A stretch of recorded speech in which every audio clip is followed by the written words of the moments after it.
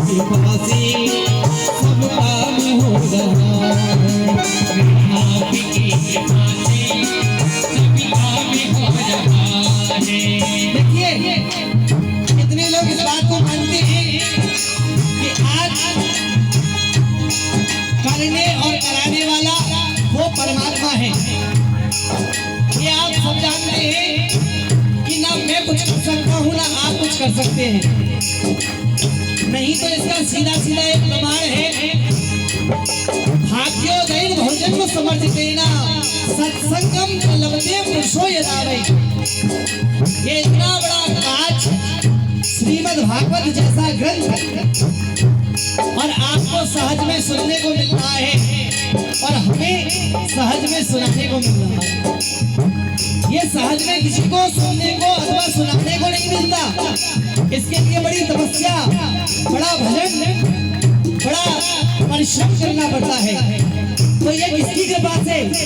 ये मेरे परमात्मा की, मेरे कन्हैया की कृपा से। और जो लोग ये बात मानते हैं दोनों हाथ ऊपर उठा के कह दे, मेरा आपकी कृपा से सब काम हो रहा है। आपकी कृपा से सब काम हो रहा है। करते हो तुम कन्हैया, करते हो तुम कन्हैया, करते हो तुम कन्हैया, करते हो तुम कन्हैया, करते हो तुम कन्हैया, करते हो तुम कन्हैया, हो रहा है। करते हो तुम कन्हैया, भी हो रहा है। आपकी कृपा से, आपकी कृपा से सब काम हो रहा है। आपकी कृपा से सब काम हो रहा है। आपकी कृपा है सब काम हो रहा है। आपकी कृपा से सब काम हो रहा है। आखिर में हरियाणा की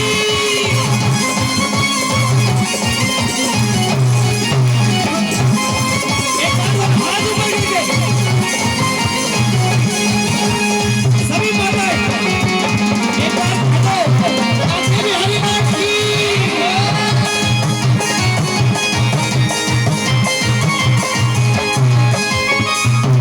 और अतवार के बिना ही मेरी नाव चल रही है।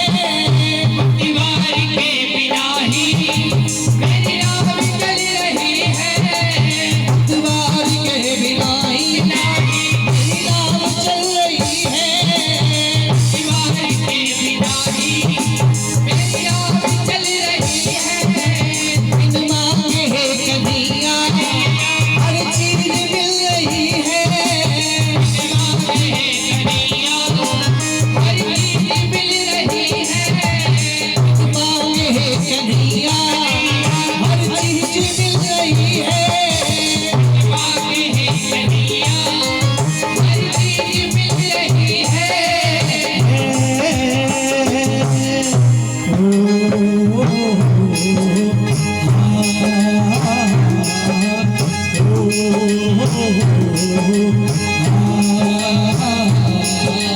अब क्या बताऊं मोहन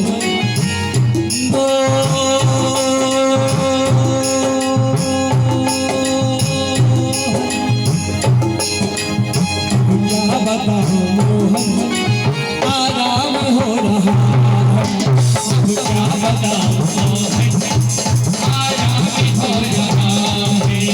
करते हो तुम कन्हैया, करते हो तुम कन्हैया, करते हो तुम कन्हैया, करते हो तुम कन्हैया,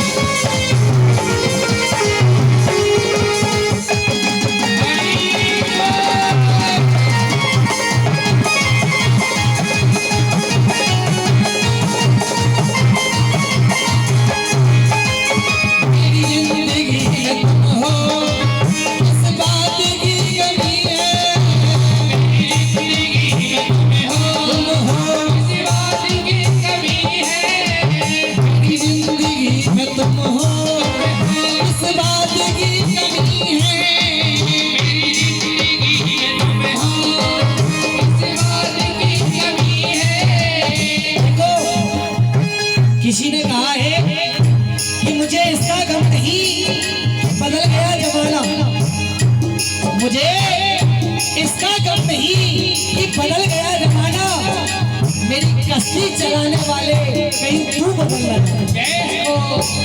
ये दुनिया बदल जाए तो बदल जाए, कोई टेंशन नहीं, लेकिन कहीं वो जो सबकी दुनिया को चलाता है, जो मुझे देखता है, जो आपको देखता है, कहीं वो बदल गया।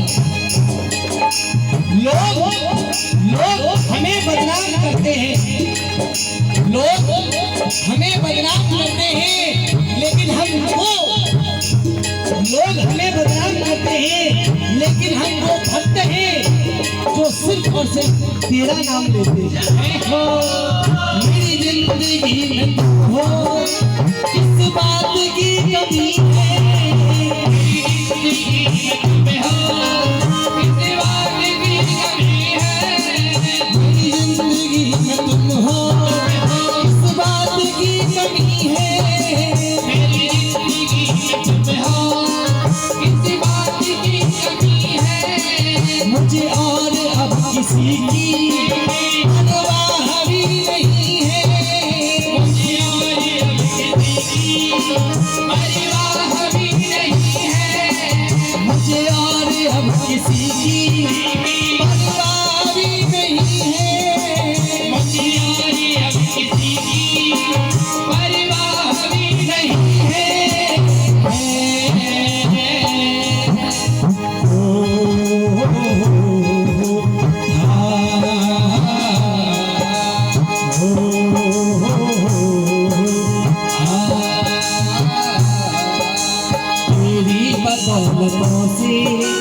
तेरी बदौलतों से सब काम हो रहा है, तेरी बदौलतों से सब काम हो रहा है।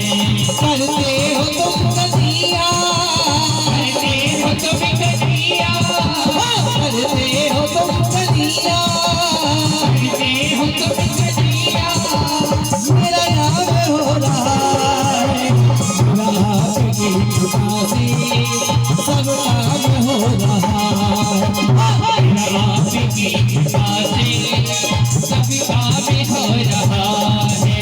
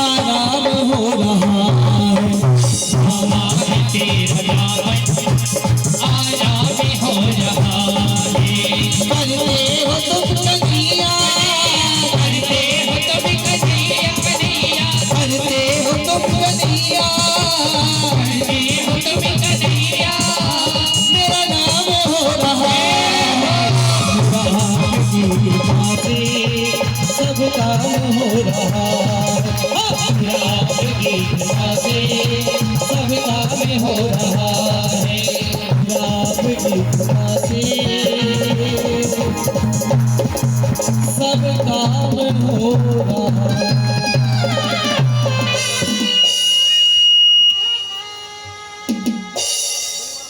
बोले बांके बिहारी लाल की। आइए आज की कथा बच्चों को यही विश्राम देंगे। और कल की कथा 1 बजे से 4 बजे तक।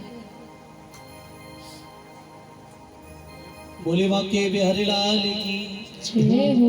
देखिए आज समय का अभाव रहा, और समय का अभाव कुछ नहीं, प्रथम दिवस हर जगह रहता है, व्यवस्थाएं, कलश यात्रा, शोभा यात्रा भी निकाली जाती है, जिसके कारण आज समय कम रहा।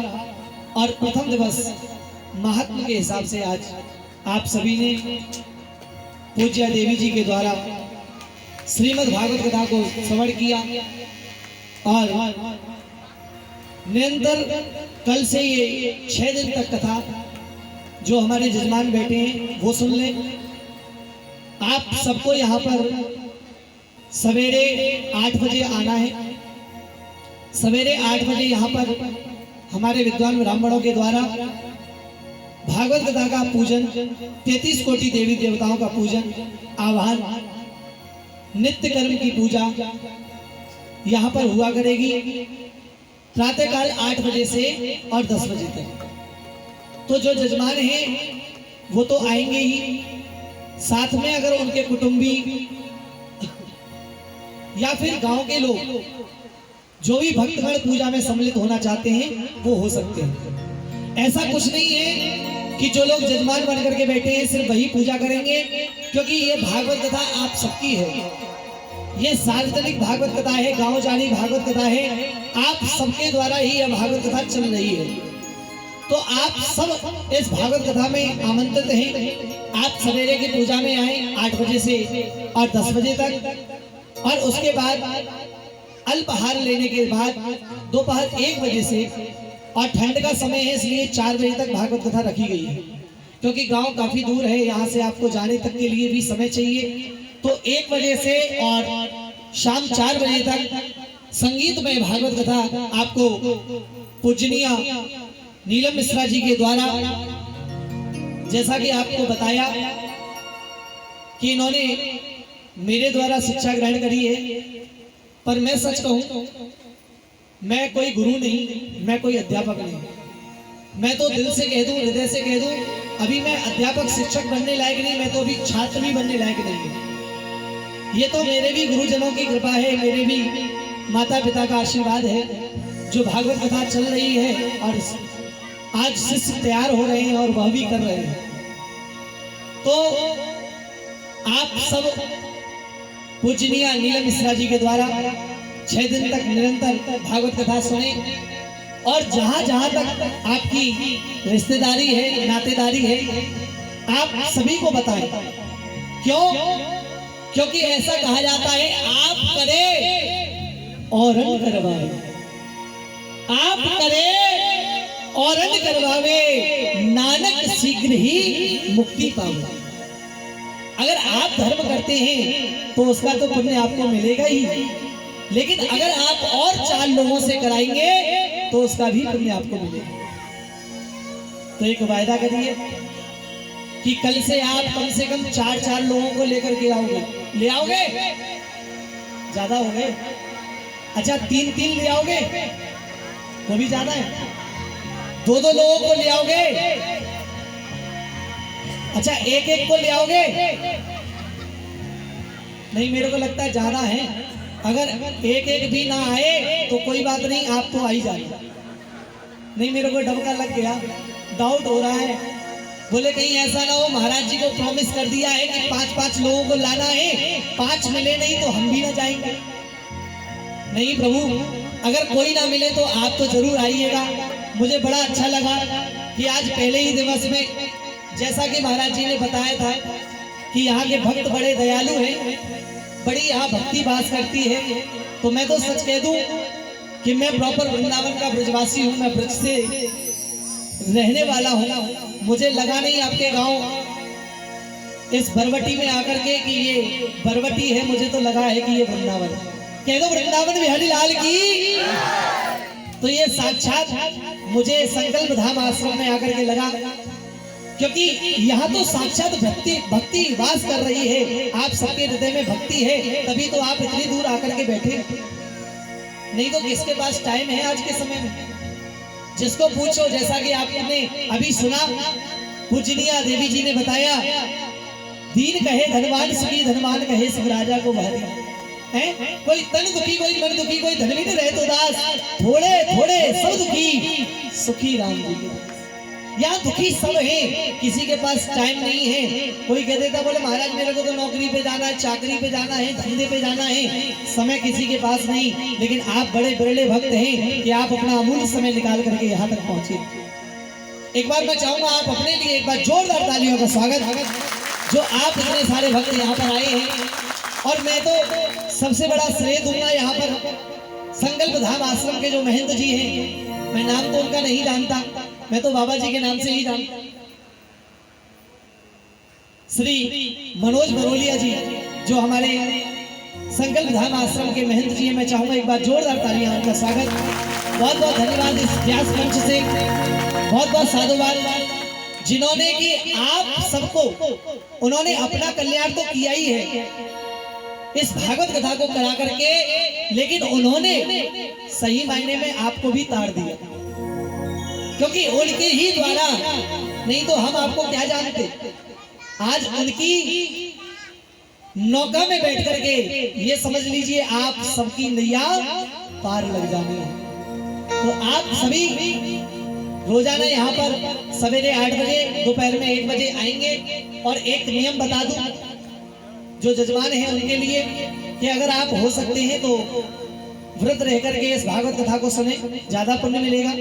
और अगर आप नहीं रह सकते तो थोड़ा सा अल्पाहार आप ले सकते हैं। और साथ में जितने भी लोग कथा सुनने आते हैं उनके लिए नियम कि ऐसा कहते हैं कि जब भी हम गुरु के यहाँ, मित्र के यहाँ या मंदिर में जाते हैं तो कभी खाली हाथ नहीं जाते। अब खाली हाथ का मतलब ये नहीं कि कल से आपको 1,000 का नोट लेके आना है, वैसे वो चलता नहीं। पर फिर भी इसका मतलब ये नहीं है कि आपको पैसा लाना है। पुष्पम पत्रम पुष्पम फलम तोयम, भगवान कहते हैं तेरे पास पत्र है, पुष्प है, फल है, नहीं तो फिर तेरे पास मन तो है। तो कहने का भाव, जब हम मंदिर में जाते हैं तो अपने हाथ में क्या लेके जाते हैं? पुष्प लेके जाते हैं। तो अगर आप अपने घर से जब भी आए तो कथा में सुनने के लिए आपके घर अगर फूल लगे हो तो थोड़े से फूलों की माला लेकर के आए। सामने ठाकुर जी बैठे हैं, ठाकुर जी को पहनाएं, व्यास जी को, क्योंकि व्यास मंच पर बैठने के बाद मनुष्य मनुष्य नहीं रहता, वो स्वयं साक्षात परमात्मा का स्वरूप हो जाता है। तो आपके सामने साक्षात देवी जी विराजमान हैं। और हमारे यहाँ तो वैसे भी हिंदू धर्म में कन्या को एक माँ का दर्जा दिया जाता है, एक देवी का दर्जा दिया जाता है। तो साक्षात देवी जी विराजमान हैं। आप अपने अपने घर से फूल हो तो फूलों की माला बना करके लेके आए। अगर फल हो सके तो फल लेकर के आए, नहीं तो तुलसी लगी होगी, तुलसी दल लेकर के आए, 5 पत्ते तुलसी के लिए आए। अगर वो भी ना हो तो घर में गेहूं चावल तो रहते ही हैं, थोड़े से 1 मुट्ठी चावल, जिस प्रकार सुदामा जी लेकर के गए थे भगवान को भिक्षा, भगवान को अर्पण करके, और उन्होंने 3 लोक के स्वामी बने। तो ठीक उसी प्रकार आप जब अपने घर से आए तो थोड़े से चावल के दाने अथवा गेहूं के दाने, मेरा कहने का भाव जो भी कुछ भी हो, लेकिन आप कुछ ना कुछ लेकर के आए, क्योंकि ऐसा कहा जाता है कि कुछ लेकर के आएंगे तो यहाँ से कुछ लेकर के जाएंगे, और जब खाली हाथ आएंगे तो खाली हाथ, समझ गए ना। तो आप कल से जब भी भागवत सुनने आएंगे तो अपने हाथ में फूल हो, फल हो, चावल के दाने हो, अन्न के दाने हो, कहने का भाव कुछ न कुछ आप लेकर के आएंगे, भगवान को भेंट चढ़ाएंगे। और भेंट चढ़ाने के बाद एक परिक्रमा बनाई गई है भागवत जी की, क्योंकि ऐसा कहते हैं कि भागवत की परिक्रमा लगाने से आपको 84 लाख योनियों में कभी भटकना नहीं पड़ेगा। तो जब भी आप आए अपनी भेंट जो लेकर के आए भगवान को अर्पण करें और एक परिक्रमा लगाएं और फिर बैठे। और ठीक उसी प्रकार जब भागवत कथा सुन करके आरती के बाद जब आप जाएं तो एक परिक्रमा लगाएं और उसके बाद ही आप अपने अपने घर जाएं। तो विशेष कल से इस नियम का विशेष ध्यान रखेंगे। आइए इन नियम के साथ ही हम सभी भक्त खड़े होंगे और खड़े होकर के हम सभी मिलकर के आरती उतारेंगे और आरती परिक्रमा लगाने के बाद हम अपने अपने घर को जाएंगे।